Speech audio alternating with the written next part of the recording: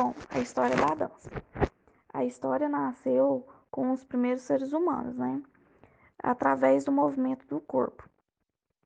Bom, a dança é uma forma que eles criaram para expressar os nossos sentimentos.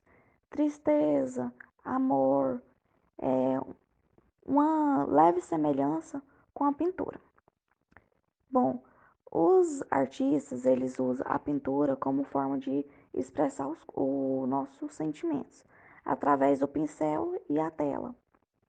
Bom, essa dança, elas vêm desde a antiguidade, como pinturas nas cavernas de homens e mulheres que já dançavam na pré-história.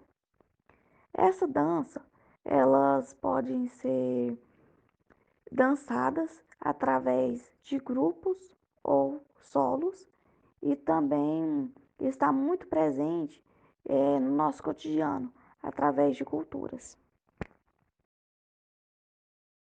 Bom, já a origem e evolução da dança, uma delas é a dança primitiva. A dança primitiva é aquela que surge de maneira espontânea. A gente ouve a música e dá aquela vontade de dançar. É uma maneira espontânea. E também é muito praticada em comunidades, rituais, festas, essas coisas. E também é muito específico nas colheitas, na chegada de uma estação do ano, primavera, outono, enfim. Bom, é mais usada nas culturas indígenas. Na hora de praticar os rituais, os indígenas usam bastante essas danças. Uma forma de agradecimento e também fim de ano. E também, por incrível que pareça, eles dançam, né? A dança é uma forma de preparamento para a guerra. E também muito utilizada mesmo na passagem como o início da vida para a vida adulta. As danças milenares vêm muito da antiguidade. A dança tem um caráter muito sagrado para as danças milenares, é muito sagrado, pois é uma forma de honrar os deuses. Esse tipo de dança ainda é existente nos países da Índia e do Japão. Já na Grécia Antiga, a dança tem um caráter ritual, sendo usado nos cultos dos deuses. Essa dança é mais descrita na antiguidade. Era aquela, né, que usava para as festas do Minotauro, né, a lenda do Minotauro, que é muito frequente. E também o deus, né, do vinho, do barco, ou seja, para as danças milenares, a dança é um privilégio, é uma honra, sabe? Não tem nada de vulgaridade diferente da dança da Europa Ocidental, que a gente vai entrar agora. Na dança da Europa Ocidental, é o contrário das danças milenares. Na dança da Europa Ocidental, é vulgaridade.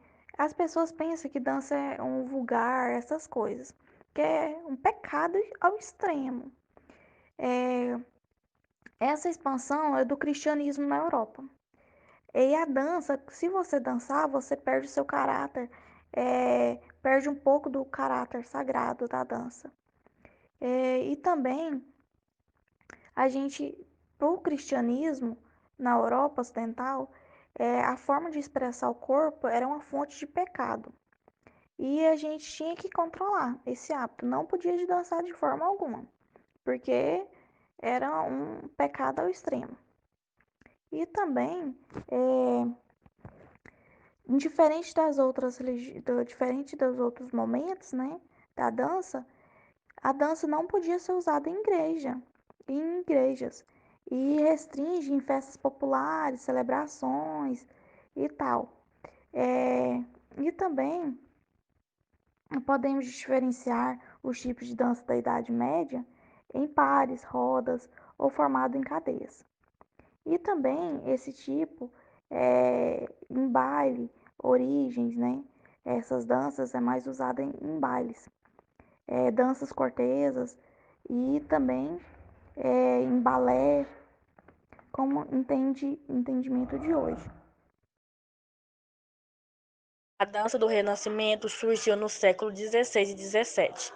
A dança do Renascimento começa a ganhar status de artes, com manuais, professores especializados e, sobretudo, pessoas que se dedicam a estudá-la. Foi na Itália que a palavra balletto surgiu, através do casamento da princesa florentina Maria de Médici com o rei da França, Henrique IV, nos anos de 1553 a 1610.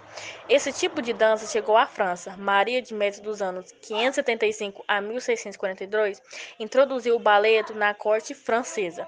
Ali, a palavra se transformaria em balé e ganharia destaque como arte digna a ser praticada pela corte. Posteriormente, na corte do rei Luís XIV, nos anos de 1632 a 1715, começaram os primeiros balés, dramatizados com coreografias, figurino que narravam uma história com início, meio e fim. É importante destacar que este rei usou o balé para afirmar sua figura de monarca absolutista. Na corte do Rei Sol, destaca-se o compositor Jean-Baptiste Lully, dos anos de 1632 a 1637, que escreveu música para as coreografias e diretor da Academia Real de Música.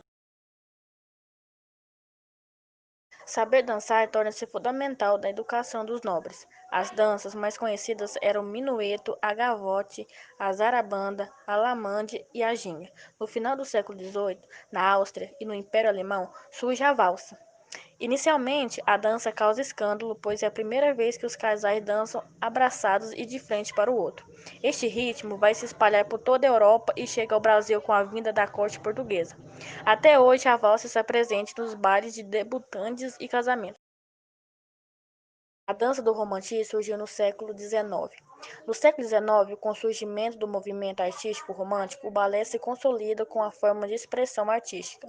Com a ascensão da burguesia e a construção dos grandes teatros, o balé deixa os salões do palácio para se tornar um espetáculo. Também na ópera, outra manifestação artística de peso nessa época, era praticamente obrigatório incluir um número de dança. No entanto, será na corte russa que o balé alcançará o auge da criação artística. O compositor Tchaikovsky, nos anos de 1840 a 1893, o autor de obras como O Lago do Cisne e O Quebra-Nozes, marcou a criação dos balés românticos. No final do século XIX, as antigas colônias americanas começam a criar sua própria reimplantação da música e da dança europeia. Dessa maneira, surge o canto gospel dos Estados Unidos, o choro e o samba do Brasil e o tango na Argentina e no Uruguai. Dança moderna surgiu no século XX. A dança moderna será a ruptura do balé clássico promovida na virada do século XIX para o XX. Com o crescimento das cidades e da expansão das indústrias, parte da sociedade já não se identificava com aquele tipo de espetáculo do balé clássico. Surgem nomes como Isadora Duncan, de 1878 a 1927, uma das primeiras a romper com os movimentos rígidos, o figurino de tutus e os cenários grandiosos. Isadora Duncan preferia as roupas simples, dispensava os cenários e dançava descalça. Sua obra abriu várias possibilidades para novas linguagens da dança contemporânea. Hoje nós vamos estudar três tópicos. O primeiro tópico, nós vamos estudar sobre a história da dança no Brasil. Bom, a dança no Brasil é o resultado de fusões entre costumes indígenas e africanos e os costumes portugueses, como se fosse uma maneira de movimentar de movimentos indígenas e africanos bem diferentes daqueles que a gente já havia estudado antes. De muitas outras habilidades na história da dança vai envolver muitos outros costumes. Então, dentro da dança a gente tem vários ritmos e vários jeitos diferentes de poder dançar e poder expressar a nossa arte. O nosso segundo tópico que vamos estudar é sobre a dança contemporânea, que é denominada contemporânea porque ela é criada a partir do século 60,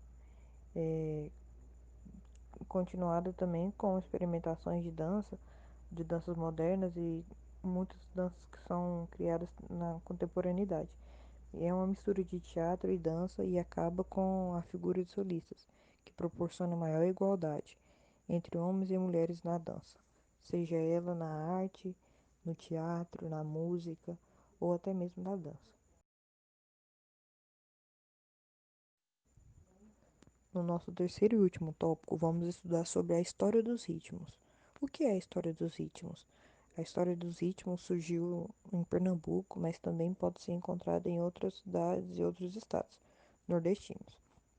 O nome, como o exemplo do forró, deriva-se de forró-bodó, divergidamente e pagodeiro, porque todos nós sabemos que o Nordeste gosta muito do ritmo do forró e do pagode.